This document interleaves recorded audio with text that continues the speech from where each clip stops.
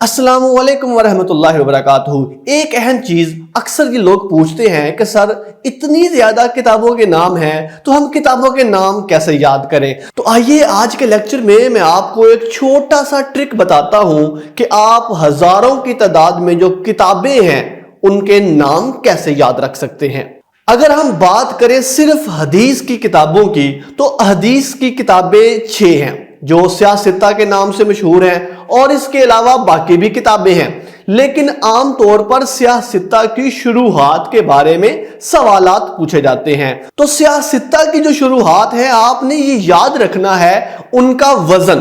مثال کے طور پہ جو کتاب کا وزن ہوگا وہی اصل کتاب کی شرح ہوگی۔ میں اگزامپل دیتا ہوں آپ کو۔ ایک کتاب ہے فتح الباری۔ اب سوال یہ آتا ہے کہ فتح الباری کس کتاب کی شرح ہے؟ اس کے نیچے 4 آپشن لکھے ہوئے ہیں، صحیح بخاری کی ہے، صحیح مسلم کی ہے، سنن نبی داؤد کی ہے یا ترمذی کی ہے۔ اب آپ کا سوال یہ غلط ہو ہی نہیں سکتا اگر آپ یہ کلیہ یاد رکھیں گے، اور وہ کلیہ ہے اس کا وزن۔ فتح الباری ہے تو یہ صحیح بخاری کے وزن پر ہے، فتح الباری صحیح البخاری۔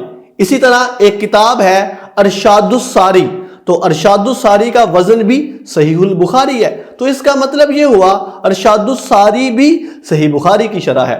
اون المعبود، اب لفظ اون المعبود حدیث کی شرح ہے تو یہ سنن ابی داؤد، معبود داؤد کے وزن پر ہے۔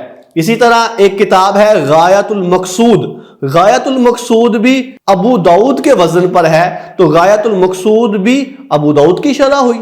اسی طرح فتح الملہم جو ہے وہ صحیح مسلم، ملہم کے وزن پر ہے تو فتح الملہم جو ہے وہ صحیح مسلم کی شروحات میں سے شمار کی جاتی ہے۔ یہ چھوٹا سا ٹرک ہے، پاسبل ہے کہ کسی کتاب کا وزن الگ بھی ہو سکتا ہے، لیکن 80 سے 90% تک جو کتابیں ہیں ان کا وزن اور اصل کتاب جس کی وہ شرح لکھی گئی ہے وہ وزن آپس میں ایک جیسے ہی ہوتے ہیں۔ جیسا کہ میں نے آپ کو اگزامپل دی، فتح الباری، ارشاد الساری، فتح الملہم، غایۃ المقصود، اون المقصود، اور اس کے علاوہ بھی بہت زیادہ کتابیں ہیں۔ امید ہے آپ کو آج کا یہ چھوٹا سا ٹرک پسند آیا ہوگا۔ آپ کی سماعتوں کا بہت شکریہ۔ اللہ حافظ الناصر۔